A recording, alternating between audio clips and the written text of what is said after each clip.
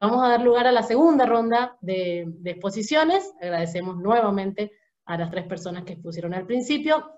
Y en esta segunda ronda vamos a tener en primer lugar a Marcelo Fernández Peralta.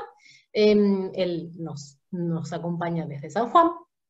Y él es doctor en Derecho por la Universidad Austral, es profesor e investigador en Filosofía y Teoría del Derecho, y es el director de la Diplomatura en Argumentación Jurídica. O sea que desde la óptica del derecho ahora va a hacer su contribución, y él ha titulado esta exposición que va a compartir con nosotros, Mauerschützen, otra aplicación de la fórmula de Radbruch.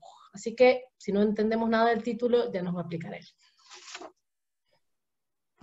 Bueno, antes de agradecer, a propósito no quise intervenir recién, porque las muy interesantes intervenciones que me han precedido me han demostrado, ratificado el acerto de que las emociones, las inclinaciones naturales,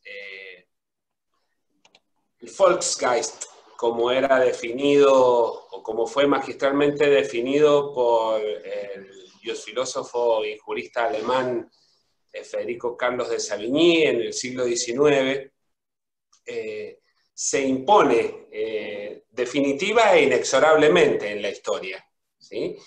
Y esto me trae reminiscencias de un libro que hemos estado leyendo en un taller que hemos compartido con Karen, entre otros amigos virtuales, que parece ser que es la nueva forma de la amistad en los tiempos que corren. Increíble cómo cosas cosas que nos unen, de repente nos convocan a esta nueva forma de amistad y de compartir intereses de una manera tan particular. Y en ese taller, denominado un taller de literatura y de escritoras alemanas, una de las 3 obras que vimos fue Yo voy, tú vas, él va, de Jenny Eppenberg, y me trajo, pero a la reminiscencia del protagonista de esta obra, Richard, quien de alguna manera, frente a la caída del muro, y como su casa estaba en el este, a pocas cuadras del muro, y el camino que él recorría para llegar a cierto lugar, tenía que dar toda una vuelta y ahora no la daba por la inexistencia del muro, le provocaba cierta melancolía, ¿no?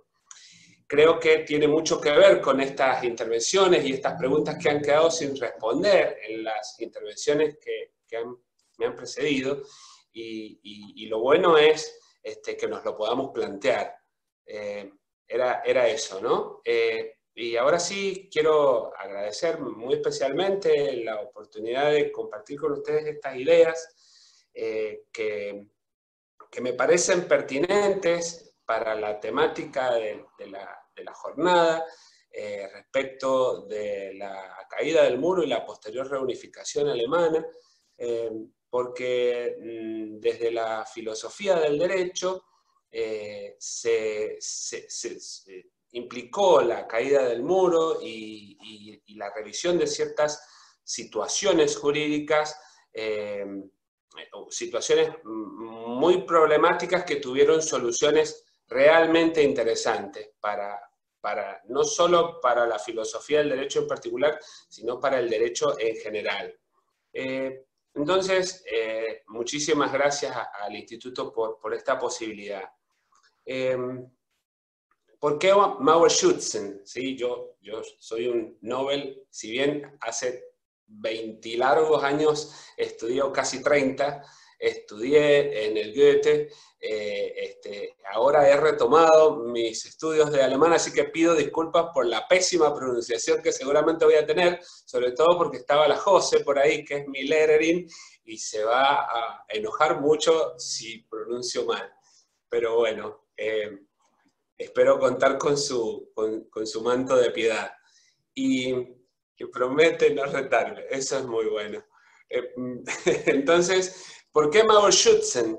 Bueno, porque Mauerschützen es una sentencia del Bundesverfassungsgericht, del Tribunal Constitucional alemán, dictada en una serie de casos en los cuales se debatía las sanciones impuestas a los tiradores, a los guardianes del muro, a los tiradores del muro, no solo a los soldados que en algunos casos ejecutaron los disparos, sino a las autoridades que en cumplimiento de la normativa vigente en la DDR habían puesto a lo largo del muro minas antipersona.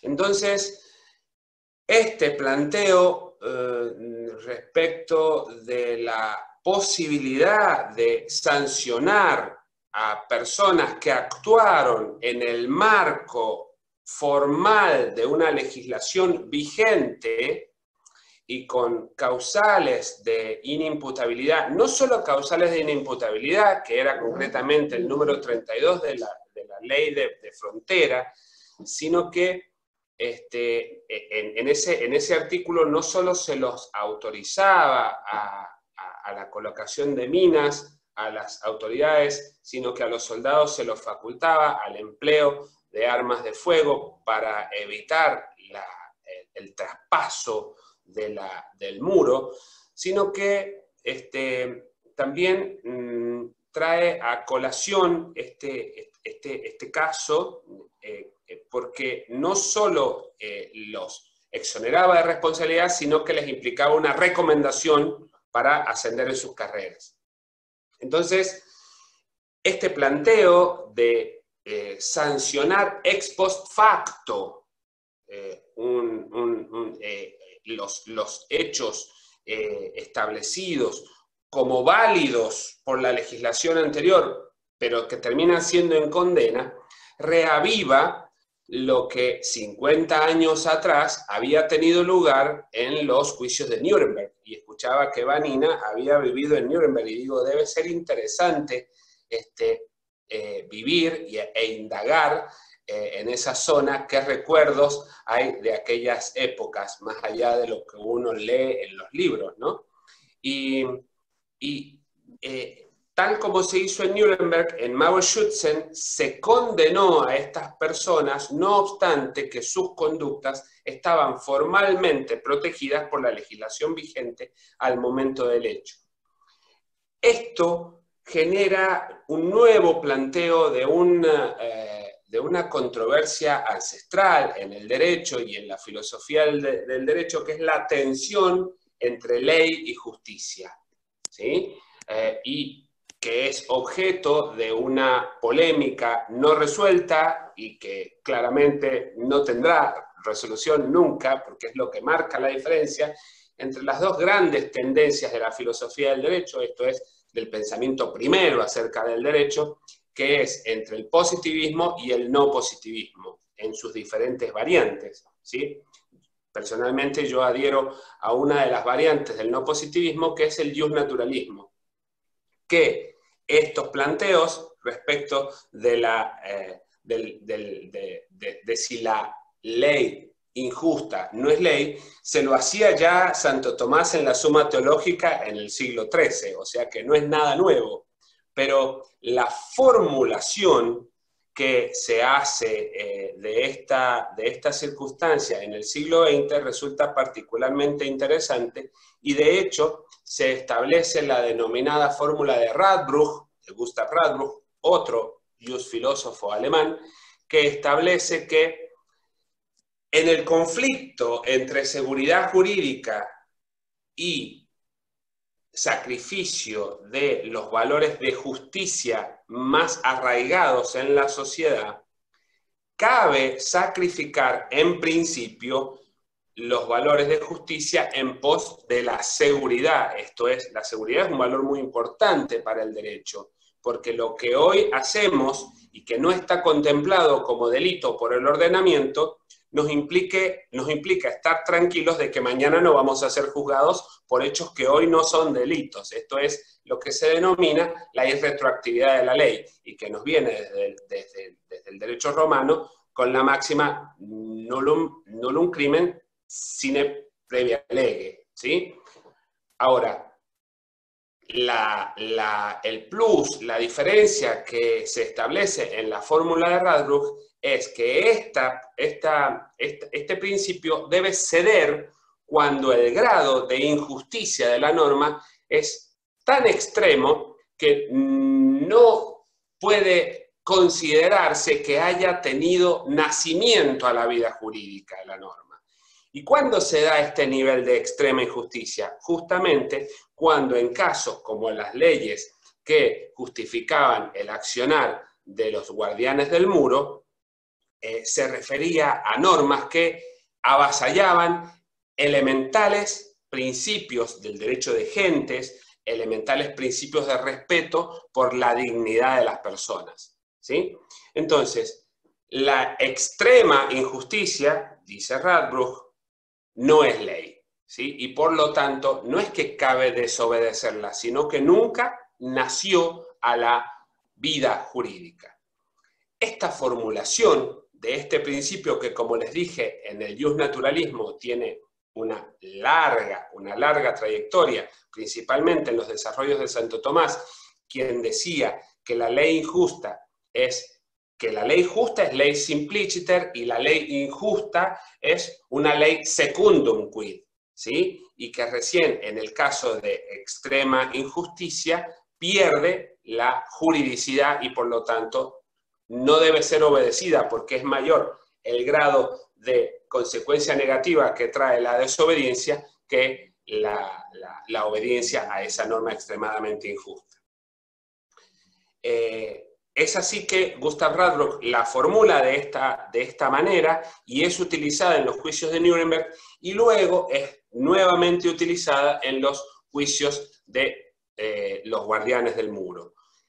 Esta formulación ha tenido un desarrollo muy importante a través del estudio de este tipo de decisiones judiciales, principalmente del Tribunal Constitucional Alemán, donde brilló y un filósofo alemán, Winfried Hassemer, que fue discípulo de Hans Gadamer, esto es el denominado padre de la hermenéutica filosófica y en filosofía jurídica de la hermenéutica filosófica jurídica, ¿sí? Entonces, ¿cuál es la intención? Y ya para ir acercándome a la conclusión de traer esto a colación. Bueno, los antecedentes del Bundesverfassungsgericht son contundentes, son abundantes y han nutrido a la filosofía jurídica, no solo alemana, sino mundial,